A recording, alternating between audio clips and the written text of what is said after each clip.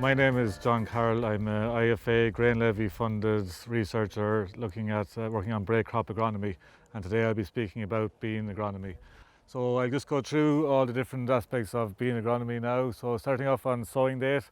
So in general we aim to sow from early February until middle of March with seed rates from 35 to 40 seeds per square metre to achieve an optimum plant density of 30 to 35 plants per metre squared. We need to be very careful on our 1,000 grain weights as they can vary a lot, way up to 30%, so they can go anything from 500 up to 750, and this can lead to a seed rate of 150 to 250 kilos per hectare, or about 10 to 16 stone per acre.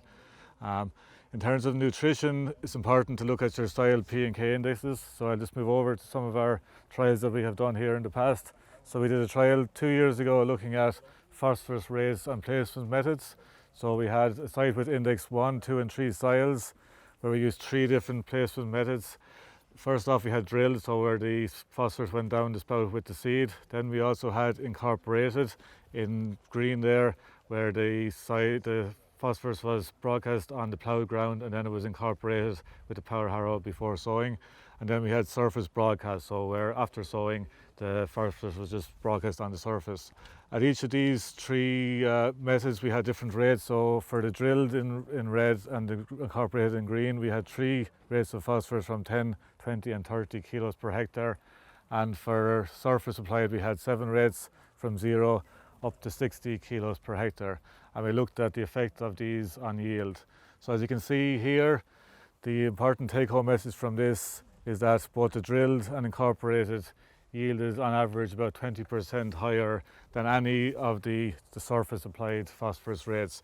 So it's important that if we're sowing beans on low index soils or index 1 or low index 2, that we need to get our phosphorus down with the seed, because phosphorus doesn't move very much and we're sowing beans down 3.5 or 4 inches. So to get the phosphorus down to help with our rooting, we need to get it down with the seed. I'll move back again then to some weed control work. So in terms of weed control, it's nearly all pre-emergence products. So we have Nirvana and Stallion are the 2 main products at the moment. Lingo was a very common product, but Linderon is no longer available from this season onwards, so we won't be able to use that anymore. In terms of post-emergence broadleaf weed control, we're very limited. Bazagran is our only herbicide there. If we move back over here again then to some of our weed control trials.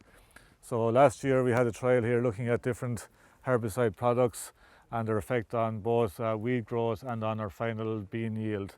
So you can see here a control that got no herbicides. We took a sample of weeds from each of the plots on the 20th of June. So on our control that had no herbicide, we had over 1 kilo of weeds per square metre. When we worked down then to some of our good weed control options, so here we had Lingo and Nirvana, where we got less than 200 grams of weeds per square metre.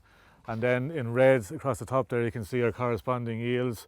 So the main message from this is that in our control where we had no herbicide applied, we had a 20% yield reduction from where we got good herbicide, good weed control with our good herbicide options. And we have this trial replicated again down here, so you can have a look at that later on today.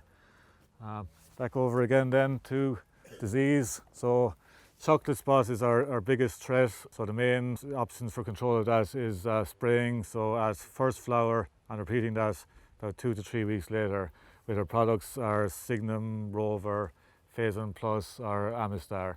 You get a small bit of downy mildew as well this year. We can use Dietane, Ridamil Gold on that. In terms of pests, the bean weevil is the main one. You've probably anybody who has beans has seen this. So you get our characteristic U-shaped notches on the leaves. The actual notching itself is not a big issue. It's taking a very small percentage of our leaf area. The problem is caused by the larvae. So the weevils will lay their eggs on the soil, the larvae will burrow into the ground, and it leaves our root nodules that are producing our nitrogen for our plant. So it's very important to control if we see notching across the field. We really only control before flowering. So if you see this after flowering, it's not a big issue, because at that stage the roots are well developed, the nodules are developed, and if we're spraying an insecticide after flowering, we can kill some of our beneficial insects in there. Again, so we've had a good few questions today about black bean aphid. You will see individual plants in the field that are covered completely in these aphids, but they usually just congregate on one plant. So there'll be one plant here very covered in them, might be another one 10 metres away, another one 20 metres away. It's not a big problem unless you get more than 1 in 20 plants infested, so it has to be a fair infestation to bother spraying, because as you can see behind you, the plants are very tall, so if you go in at this stage to try to spray for an insecticide or spray for the aphids, you'll probably do more damage with the tractor than the insect itself will do.